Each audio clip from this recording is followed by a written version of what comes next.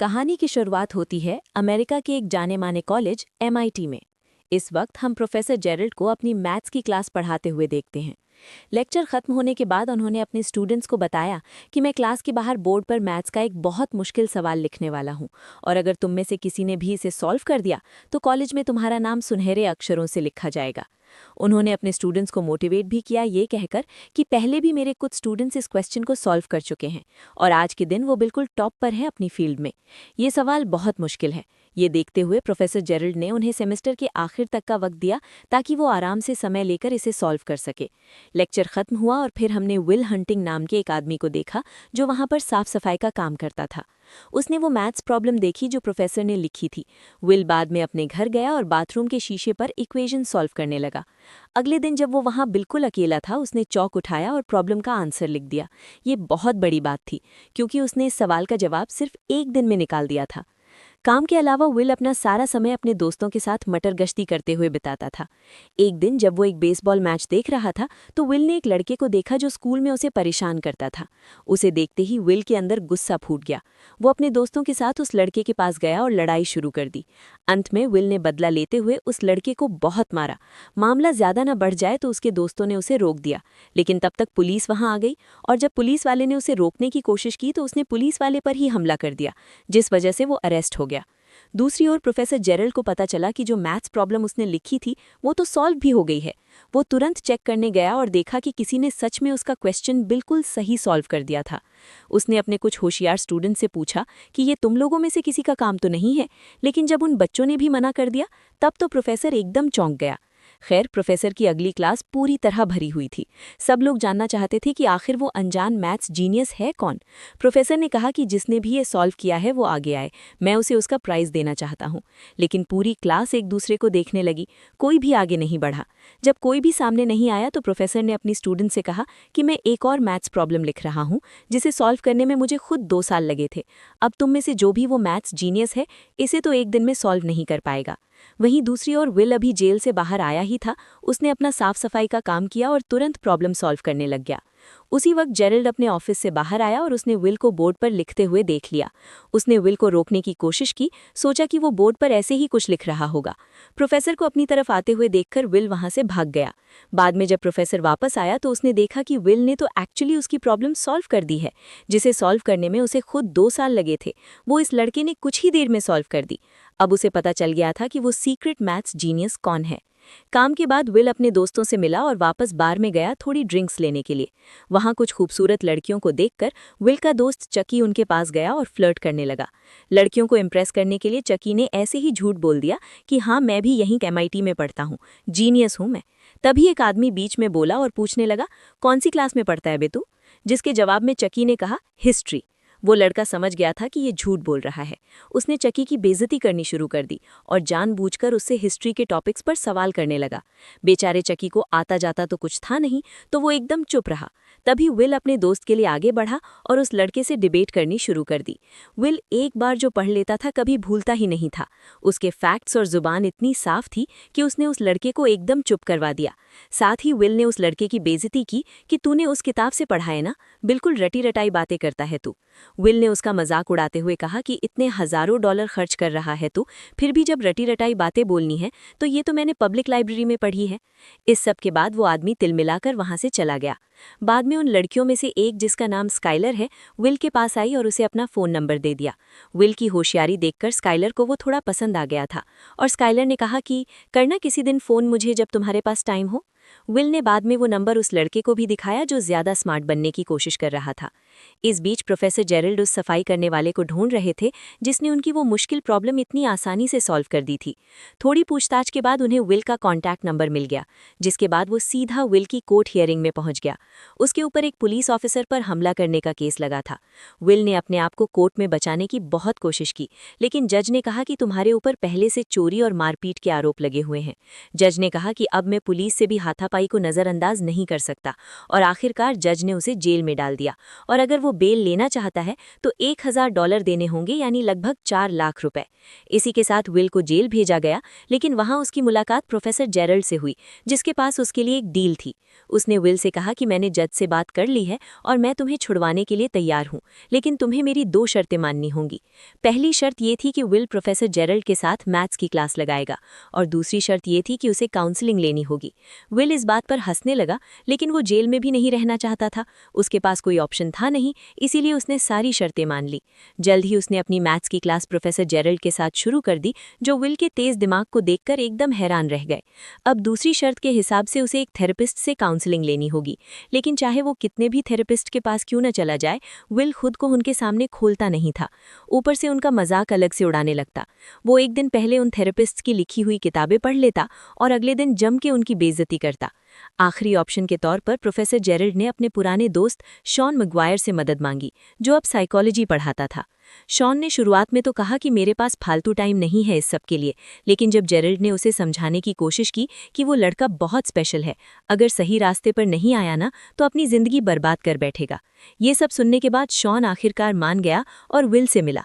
जैसा कि उसने अपने पुराने थेरेपिस्ट्स के साथ किया था, शॉन ने शॉन की भी किताब पढ़ ली थी और अब वो उनके हिसाब से ही उसका मजाक उड़ाने लगा।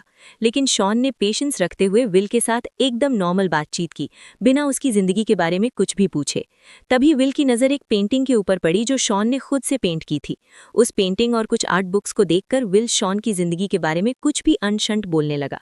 शॉन ने फिर भी विल की बातों पर ज्यादा ध्यान नहीं दिया, लेकिन फिर विल शॉन की पत्नी को भी अपनी बातचीत के टॉपिक में ले आया। उसकी पत्नी का जिक्र होते ही शॉन थोड़ा गुस्सा हो गया। विल को समझ आ गया कि शॉन की कमजोरी उसकी पत्नी है, तो वो बार बार उसका जिक्र करने लगा। उसने पूछा कि शॉन, आपकी पत्नी यहाँ क्यों नहीं है? क्या वो धोखा देकर किसी और के साथ भाग गई क्या? ये सुनते ही शॉन पूरी तरह से अपना आपा खो बैठा और विल को गले से पकड़ लिया। उसने विल को चेतावनी दी कि कभी भी मेरी पत्नी की बेइज्जती मत करना। तभी विल ने शॉन से कहा, शॉन, टाइम खत्म हो गया है। शॉन ने उसे छोड़ दिया और विल बाहर चला गया, ये सोचकर कि उसने फिर से एक थेरेपिस्ट को तोड़ दिया है। शॉन का मूड देखकर प्रोफेसर जेरल्ड को लगा कि वो और सेशंस करने के लिए नहीं मानेगा, लेकिन शॉन ने तो कहा कि हाँ, मैं करूंगा इसकी काउंसलिंग। अगले हफ्ते से लगातार ले आओ इसको मेरे पास। काउंसलिंग के बाद विल स्काइलर के साथ डेट पर गया। डेट पर विल को पता चला कि स्काइलर एक बहुत ही अमीर परिवार से है और इस वक्त हार्वर्ड में पढ़ रही है। उन दोनों ने ही एक दूसरे के साथ बहुत अच्छे से समय बिताया। अपनी खूबसूरत पहली डेट के आखिर में उन्होंने एक दूसरे को चूम लिया। विल जब अगले हफ्ते शॉन मिलने आया तो शॉन ने कहा कि चलो बाहर चल के बातचीत करते हैं। शॉन विल को एक पार्क में ले गया और उससे बात करने लगा। उसने विल से कहा कि तुमने जो कुछ भी बोला, मैंने उस बारे में बहुत सोचा। आखिर में मुझे यही समझ में आया कि तुम दिमाग से एक छोटे बच्चे हो जो ये जानता ही नहीं है कि वो क्या बोल रहा है। बदतमीज हो थोड़े से। शॉन ने विल से कहा कि मैं समझता हूँ तुम बोलना नहीं चाहते, शायद कोई डर है तुम्हारे अंदर, लेकिन बेटा एक बात याद रखना, कभी तो तुम्हें बोलना ही पड़ेगा, वरना जिंदगी की सारी अच्छी चीजें खो बैठोगे। अगले दिन विल अपने दोस्त चकी के साथ एक कंस्ट्रक्शन साइट पर मजदूरी करने गया। उसने स्काइलर को फोन किया, लेकिन वो बात करने से डर रहा था। शॉन के साथ अपने तीसरे थेरेपी सेशन में विल ने एक शब्द भी नहीं कहा और शॉन ने भी नहीं। दोनों पूरा 1 घंटा चुप रहे। चौथा सेशन भी इसी तरह से शुरू हुआ, जहां किसी ने कुछ नहीं बोला, लेकिन फिर बोर होकर विल ने शॉन को एक जोक सुनाया। इसे एक हिंट मानकर शॉन ने विल से पूछा कि क्या तुम्हारी कोई गर्लफ्रेंड है? इसके जवाब में विल ने उसे स्काइलर के बारे में बताया कि कैसे उनकी पहली डेट बहुत ही बढ़िया गई, लेकिन अब मुझसे बात नहीं हो पा रही। शॉन ने पूछा कि ऐसा क्यों? तो विल ने जवाब दिया कि मुझे लगता है स्काइलर मेरे लिए बहुत ज्यादा अच्छी है और अगर मैं उससे मिलता रहा तो सब कुछ खराब हो जाएगा। कभी न कभी तो वो समझ ही जाएगी कि मैं उसके लायक नहीं हूँ। शॉन ने उसे समझाया कि कोई भी किसी से बेहतर नहीं होता, हर किसी में कुछ चीजें अच्छी कुछ खराब होती हैं, लेकिन जरूरी बात बस ये है कि वो इंसान आपके लिए सही है या नहीं। इस बारे में और समझाते हुए शॉन ने अपनी पत्नी के बारे में बताया। उसने कहा कि वो बहुत अच्छी इंसान थी, बहुत प्यार करता था मैं उससे, लेकिन नींद में कभी कभी पाद देती थी। उसकी इस बात से पूरे कमरे का माहौल बदल गया। विल और शॉन दोनों ने खुलकर हंसना शुरू कर दिया। इसी पल वो दोनों एक दूसरे के थोड़े करीब आ गए और विल को अब शॉन के आसपास थोड़ा कंफर्टेबल महसूस होने लगा। सेशन खत्म हुआ और शॉन ने सलाह दी कि जाकर बात करो उस लड़की से। विल शॉन की बातों में इतना खो गया कि उसे याद दिलाना पड़ा कि आज का सेशन खत्म हो गया है, चलो जाओ यहाँ से। शॉन की बात मानकर विल स्काइलर के कॉलेज में गया और उसे दोबारा बाहर चलने के लिए कहा। स्काइलर ने कहा कि मैं तुम्हारे साथ बाहर जाना चाहती हूँ, लेकिन मुझे एक बहुत ही ज्यादा मुश्किल प्रॉब्लम सॉल्व करनी है। उसी दिन विल अपने अगले थेरेपी सेशन में शॉन से मिला और पूछा कि क्या तुम्हें कभी अपनी पत्नी से मिलने का पछतावा हुआ है, क्योंकि तुम्हारी पत्नी के मरने के बाद तो तुम बहुत ज्यादा अकेले हो गए होगे और इतना प्यार करते थे तो दुख भी ज्यादा हुआ होगा। इस सवाल के जवाब में शॉन ने उसे बताया कि कैसे वो अपनी पत्नी से मिला था। जब मैंने उसे पहली बार देखा तो वो अपने दोस्तों के साथ एक बेसबॉल गेम की टिकट लेने के लिए लाइन में इंतजार कर रही थी। वो एक बहुत ही क्लासिक मैच था। तो विल ने कहा कि तुमने वो गेम लाइव देखी थी, कितने लकी हो यार तुम। इस पर शॉन ने बताया कि गेम तो मैंने बाद में टीवी पर ही देखी थी, मैंने अपने दोस्तों को छोड़ दिया था उस लड़की के साथ डेट पर जाने के लिए, वही लड़की जो बाद में उसकी पत्नी बनेगी। विल को बिल्कुल भी यकीन नहीं हो रहा था कि शॉन ने इतनी ज़बरदस्त गेम एक लड़की के साथ थोड़ा सा टाइम बिताने के लिए छोड़ दी। इस पर शॉन ने कहा कि मुझे कभी कोई पछतावा नहीं हुआ उससे मिलने का, चाहे वो मेरी ज़िंदगी में सिर्फ कुछ सालों के लिए ही थी, लेकिन वो साल सबसे खूबसूरत थे। खैर, बाद में स्काइलर ने विल से कहा कि तुम मुझे अपने दोस्तों और परिवार वालों से क्यों नहीं मिलवाते। विल ने अभी भी उससे अपनी जिंदगी के बारे में झूठ बोल रखा था, लेकिन वो उसे अपने दोस्तों से मिलवाने के लिए तैयार हो गया। स्काइलर, विल और उसके दोस्त एक बार में मिले और स्काइलर को उसके दोस्त काफ़ी पसंद आए। उन सभी ने एक दूसरे के साथ बहुत अच्छे से समय बिताया। तभी प्रोफेसर जेरल्ड शॉन विल की प्रोग्रेस के बारे में पूछने आया। शॉन ने कहा कि विल धीरे धीरे खुलना शुरू हो गया है, लेकिन अभी थोड़ा और वक्त लगेगा उसे पूरा कंफर्टेबल करने में। प्रोफेसर जेरल्ड ने बताया कि मैं विल के लिए एकदम टॉप की नौकरी ढूंढ रहा हूँ। इंटरव्यू तो वो बहुत प्यार से क्रैक कर लेगा, बस उसकी ये दिमागी प्रॉब्लम ठीक हो जाए, फिर उसे मैथ्स की फील्ड में अपना नाम बनाने से कोई नहीं रोक पाएगा। शॉन ने कहा कि तुम उसके बाप हो क्या, जो उसके लिए ज़िंदगी के फैसले ले रहे हो। जो भी वो लड़का करना चाहता है उसे करने दो, वो जीनियस है, इसका मतलब ये थोड़ी कि बस यही करना पड़ेगा, ज़बरदस्ती है। लेकिन प्रोफेसर जेरल्ड ने कहा कि वो कुछ और नहीं कर सकता, मैं विल का टैलेंट वेस्ट नहीं होने दूंगा। लेकिन विल को इस तरह की नौकरी में कोई दिलचस्पी नहीं थी, इसीलिए उसने अपने दोस्त चकी को इंटरव्यू में अपनी जगह भेज दिया। एक रात अपनी जिंदगी के बारे में बात करते हुए स्काइलर ने विल से कहा कि क्या तुम मेरे साथ कैलिफोर्निया चलोगे। स्काइलर की बात सुनकर विल घबराने लगा और बोला कि वो उसके साथ नहीं चल सकता, मेरी सारी जिंदगी यहीं पर है। स्काइलर ने उससे पूछा कि तुम मुझसे प्यार करते हो, मैं जानती हूँ, तो पूरी तरह मेरे साथ आने में इतना डरते क्यों हो, और मुझे कभी कुछ सच भी नहीं बताते। उसने ये भी बताया कि मुझे पता है तुमने झूठ बोला था, तुम्हारे 12 भाई हैं। ये झूठ सामने आने पर विल अपना आपा खो बैठा। उसने कहा, क्या जानना चाहती हो तुम मेरे बारे में। अनाथ हूं, ने माँ बाप का आता पता है नहीं। अपनी ज़्यादातर जिंदगी एक परिवार से दूसरे में फुदकते हुए बिताई है मैंने।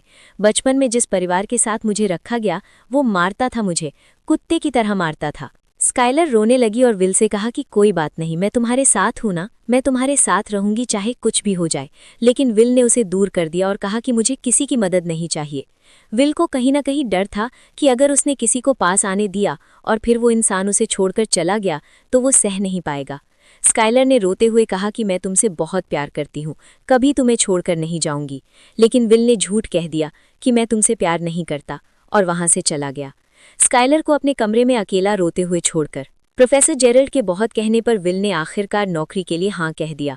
विल इंटरव्यू देने गया तो लेकिन नौकरी लेने की कोशिश नहीं की।